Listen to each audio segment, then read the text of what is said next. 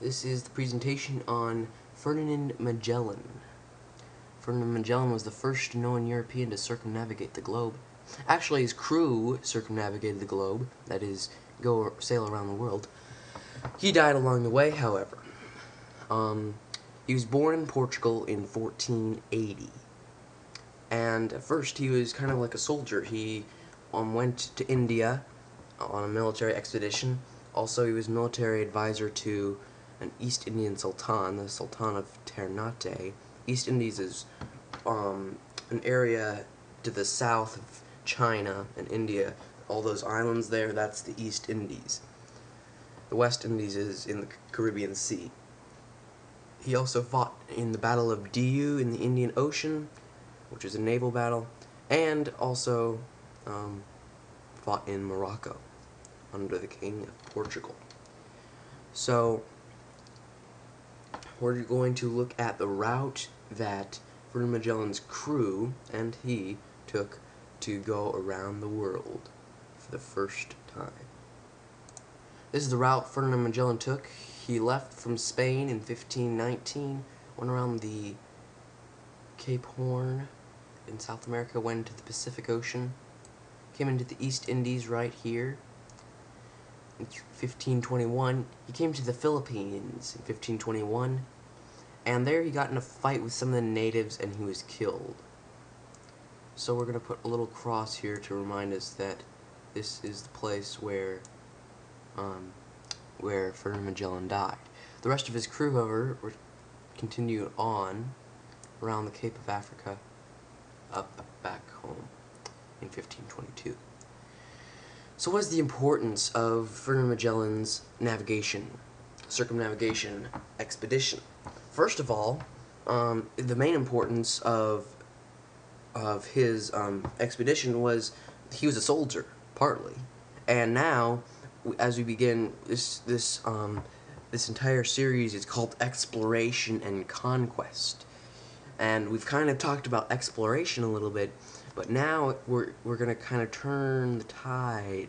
It's going to be kind of a watershed moment as we turn into conquest. And now conquest is going to be actually a bit more fighting and battles and military. Spain had already conquered almost all of South America. Now the Portuguese held this. Spain had some territory in Asia and a couple ports in Africa, so the Portuguese, France, England, and the Dutch were going to be interested in here, but they aren't yet. You'll see this is the 13 colonies. Yes, that's right, 13 colonies. We'll talk about that a little bit later. So Ferdinand Magellan, as you see, he was essential in bringing about the conquest of these different lands that the Europeans had discovered, and so he brought about much more than that. The American Revolution is partly due to his circumnavigation of the globe, indirectly and only partly due, but it is very vital that someone has circumnavigated the globe, and now there's a race to colonize and conquer. Why would the Europeans want to conquer Asia, Africa, and the Americas anyway? Well, they were rich in natural resources that the Europeans didn't necessarily have.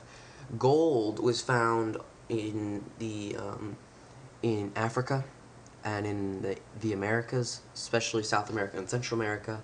Silk came from China, ivory from Africa, spices from the East Indies, sugar from the West Indies. It was just a cornucopia of natural resources, and the Europeans thought that since they were seemingly more modernized than the indigenous peoples, they had the right to take over these lands. Their main thought was, well, if it's not owned by a European, it's not owned.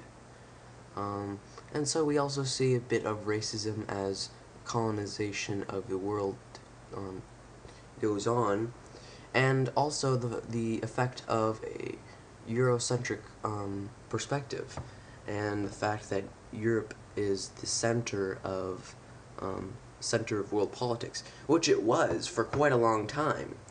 In fact, almost all the way till to the midpoint of the 20th century, Europe was basically the center of world politics.